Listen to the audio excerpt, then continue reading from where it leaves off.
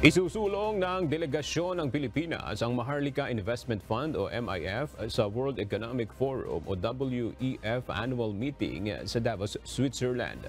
Gagamitin ng Pilipinas ang Global Forum bilang plataporma upang ipakilala ang bansa bilang isang investment hub at ipakilala ang Sovereign Wealth Fund. Ayon kay House of Representatives Speaker Martin Romualdez, nakatuon sila sa paggamit sa international platform upang palawakin ang pagpopromote sa Pilipinas bilang investment destination.